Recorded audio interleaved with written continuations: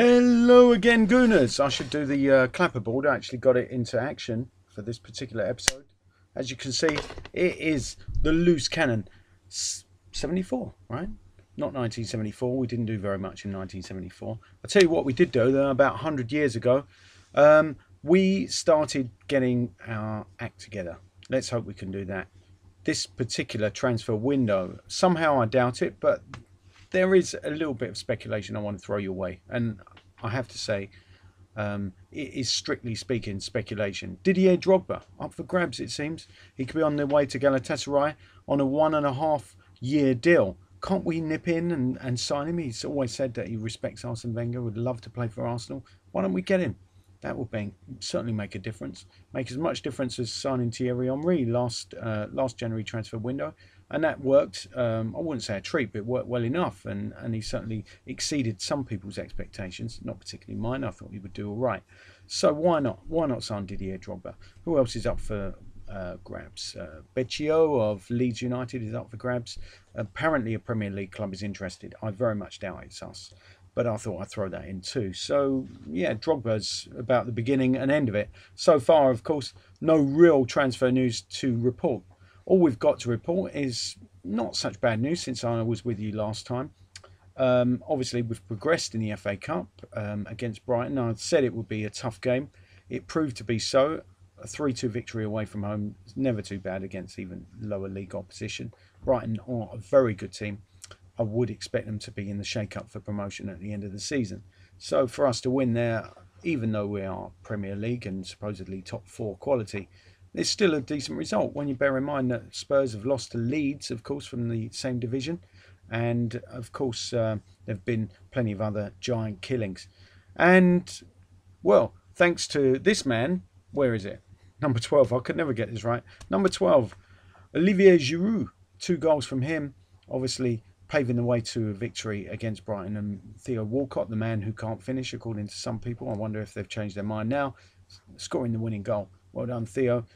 The only one who didn't come out of the game, the only Arsenal player didn't come out of the game with full credit, or perhaps one of two, is Santos. Santos, I've always been a big fan of his, but he's really gone to pieces now. Now I have to wonder what future he's got at Arsenal. I'd suggest not much of one. So I think Andre Santos could be on the way out shortly, perhaps before the end of the transfer window. If it does happen, remember you heard it here first. Who else? Chesney. Well, Chesney's not going to be on the way out, that's for sure, but he certainly didn't cover himself in glory. Surely that would indicate to any normal manager that you would have to be looking at signing another goalkeeper to really push Chesney a bit more than he's been pushed so far in his Arsenal career. Arsene Wenger being Arsene Wenger, that's not going to happen. But nonetheless, I'm not one of these people that want Arsene out. As I've mentioned many times, I'm not against people saying that they want Arsene Wenger out, because I think we're all entitled to our own opinion, very much for freedom of speech. So if Arsenal Action say they want Arsene out, so what? I don't have to buy into it. The problem is, who do we get in his place? Unless it's Jose Mourinho, I'm not really interested in many other managers. I know Jose is an ex-Chelsea manager, but we need the best manager in place to take this club forward. Arsene Wenger probably is the best manager that's available at the moment, because he's with us for one. So there's no problem bringing him in. I'm not absolutely convinced that Pep Guardiola would have been the answer. We shall see how he gets on in his next job. But at Barcelona, he inherited a very good team. Arsenal, it's a bit of a different scenario, because we are a good team, but not a great team like Barcelona. And some people might say we're not even a very good team. On a bad day, certainly we're not. Obviously, the Bradford City defeat suggests that we're not quite as good as perhaps some of our players think they are. But then the same goes for, look at Chelsea. They struggled against Brentford, only managed a draw. So how is that any better than our draw against Bradford? And consequently, of course, we went out on penalties. But who knows? When it comes to penalties, it's pretty much a lottery. So yeah, all in all, yes, I am dissatisfied with Arsene Wenger in many ways, because he's simply not spending on the transfer front when we clearly know that we do need to bring in reinforcements. He's ignoring that fact and just continuing with this team. But there is something to be said for stability on the other hand. So all in all, I'm not I'm not that much against the Wenger reign continuing for at least until the end of his contract. At that point, if he's not got us into the Champions League this season and the following season, then we should review his situation, perhaps bringing in new blood. Again, I'm not overly convinced that we should get rid of Arsene Wenger completely. We should keep him in the background in some way. I'm not saying a job for life, but certainly keep him in there to make the transition smooth, for one, because Arsenal is a club built around this solidity, this tradition, and amongst other things, of course, it's built on that whole business of one era moving into the next with the minimum of fuss. Pretty English qualities, you might say, but that's what Arsenal's all about. So hopefully that's going to continue after the reign of Arsene Wenger is over, because of course at some point in time it will come to an end. And on that note, I'll go back in time and talk about, well, I'll read what some people describe, Hugh Wizzy being included, as the Bible, written by Steve Stammers. Well, this, I'm not going to read long, so don't worry. I hope if you're feeling sleepy, I can send you to sleep, and it saves you getting sleeping pills, right? But anyway, this is page 26 of the Steve Stammers version of Arsenal's history. Enough was enough, and Arsenal set about the search for other clubs in the southeast with which to form their own version of the Football League. See, we had so much power in those days. Feedback was good, with 12 clubs agreeing in principle to such an arrangement at a meeting on the 24th of February 1892 at Anderson's Hotel in Fleet Street, the same one used when the Football League was formed in 1888. I wonder if it's still standing. I don't think so somehow, but somebody correct me if I'm wrong. The clubs were Chatham, big names, eh?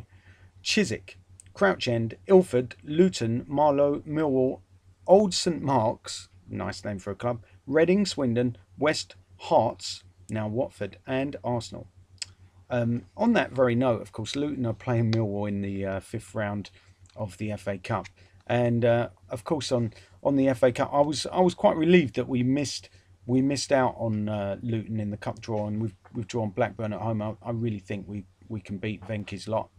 Since Venky's took control of that club, of course, they've been plummeting or spiralling downwards rapidly. So I think it's probably as easy a draw we could possibly hope for. There is, as they say, the old cliche, there are no easy games. But if you had to pick a team to play at home, you'd have to choose. Well, first of all, you'd want to be at home, which we are, and secondly, Blackburn are not a team in the greatest of form, are they? Since well, for quite a long time. So I see them spiralling down the whole Football League. Nothing against Blackburn. I actually like the club, but while Venky's are in control, can't really see them turning that around. But that's neither here nor there. Let's continue with the story. Tottenham, however, were not elected, as they mustered only one supporting vote. Oh, what a shame. But the idea was met with unprecedented hostility by the London FA, who threatened to do the same to the other 11 clubs as they had already done to Arsenal and throw them out. The threat worked, and Arsenal were left with no local fixtures and very little income. They had no options left but to apply to join the Football League. Luck, for once, was on their side. Well, they called us lucky Arsenal. I don't know when that began.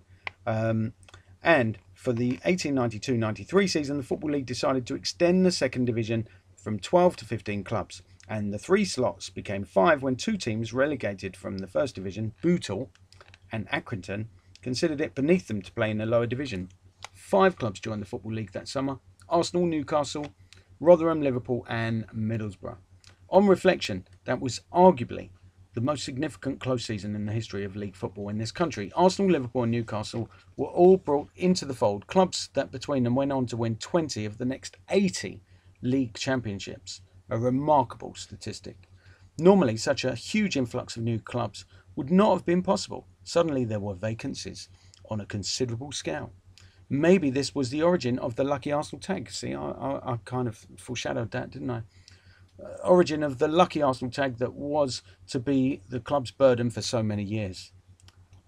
Also, they were based in the south, and the League Management Committee could see the obvious benefits of having a club based in the capital. With transport now much easier, fixtures could be fulfilled in a way that could not have been contemplated some 20 years earlier. The League was also appreciative of the stand Arsenal had taken in turning professional. Indeed, by the summer of 1893, so no, more than 100 years ago. What was I saying earlier? I don't know. 120 years ago, even the die-hard Scots were forced to admit that the tide of professionalism was one they could no longer resist. For Arsenal, as for most fledgling football clubs, there was a continual need to raise money for players, equipment, and running costs on the manor ground. It's always been about money at Arsenal. The decision was taken to form a limited liability company. There were objections from within because the players and supporters felt that the running of the club would be taken out of their hands. But in the close season of 1893, the company was formed with the issue of 4,000 shares at £1 each. A total of 860 people bought 1,500 odd shares, with the remainder unissued. One fear was allayed. The majority of the shares went to workers at the factory, who obviously lived locally. Indeed, there were only 3 individuals who had 20 or more shares, and the local coffee house owner acquired the largest single allocation of 50. Very far cry from the Usmanov versus Kroenke days. The first board of directors made impressive reading: a surgeon, a builder, and 6 engineers from the munitions factory. But that, as it turned out, was the easy bit. For the next 2 decades, there was almost anonymity as Woolwich Arsenal established themselves in the Football League. True, they did have Harry Storer in goal between 1894 and 1895, and he became the first Arsenal player to win representative honours when he played for the Football League against the Scottish League in April 1895. So that could be a quiz question of the future, if any of you do Arsenal quizzes. Who was this famous goalkeeper, whose first name was Harry, between 1894 and 1895, who went on to play for the Football League against the Scottish League in 1895. So now you know the answer. However, Arsenal never threatened to reach the first division, as they enjoyed a mid-table existence in the second tier. Well, don't we hope that history will not be revisited, and that complacency, we hope, will never return again to the club. Although, of course, some people like the Arsenal Action Group may think already this particular board, this particular manager have become complacent. I'd love to hear your views on it. As I said, I'm not pro getting Arsene Wenger out. I'm not anti and I'm not pro Wenger. I'm something in between. I don't like to sit on the fence, as I used to complain about Trevor Brookins' punditry. But talking of punditry, just before I go, what about ITV's punditry? It was absolutely disgraceful. I don't think it was rude by in any way. Was it rude? It wasn't that. It was just inaccurate. They were saying that Arsenal fans took a long time to get used to Olivier Giroud and accept him. Do they ever go to Arsenal games? And if they do they actually cover these games? Judging by the coverage of Brighton v Arsenal, it was, if you blinked your eye, you would have missed it. And for them to say that Giroud was unpopular with the fans, well, clearly that's not true. He had his own song from day one. And there have been some fans that doubted him, but they're not. I would hardly say they're the majority. I'd say they're the minority. Again, if you've got other views, do let me know about it. But to me, Giroud has always been a popular player. Clearly, he's not Robin van Persie, but we didn't expect another Robin van Persie. Perhaps we'll actually get some loyalty from Giroud. And I've always been impressed with him since day one. And I'm not saying all of that because of my feeling about him. It's because the general feeling at Arsenal, correct me if I'm wrong, all the games I've attended, I've heard the fans backing Giroud. That's why he's got a song. So ITV, please take note and please readjust your pundits, or just inform your pundits so they know what's what. Until the next time, up the Gooners.